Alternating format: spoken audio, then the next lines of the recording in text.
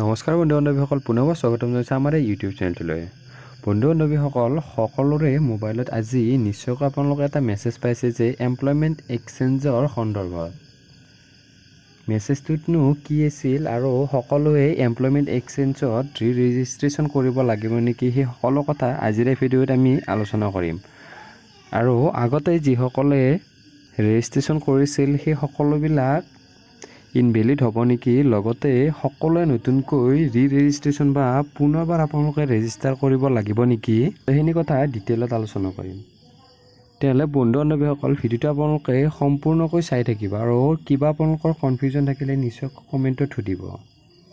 আপোনালোকে নিশ্চয়কৈ এই মেছেজটো আপোনালোকে মোবাইলত পাইছে আৰু টেক্সট মেছেজৰ সন্দৰ্ভত সকলোৰে মোবাইলত এই মেছেজটো গৈছে। এই মেছেজটোত কি কথা উল্লেখ কৰিছে সেইটো কথা আলোচনা কৰোঁ।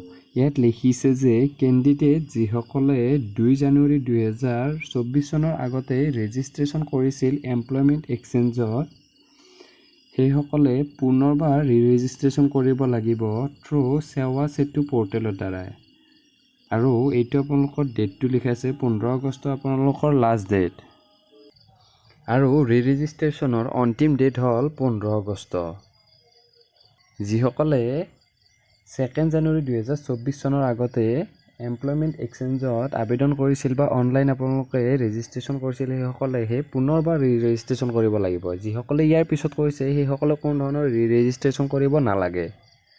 আৰু যিসকলে 2024 চনত 2 জানুৱাৰীৰ পিছত কৰিছে সেইসকলে পুনৰবাৰ ৰেজিষ্ট্ৰেশ্যন কৰিব নালাগে, মানে সেইখন আপোনালোকৰ ভেলিড হৈ থাকিব। আৰু যিসকলে 2024 চনৰ 2 জানুৱাৰীৰ আগতে কৰিছিল সেইখন ইনভেলিড হৈ যাব।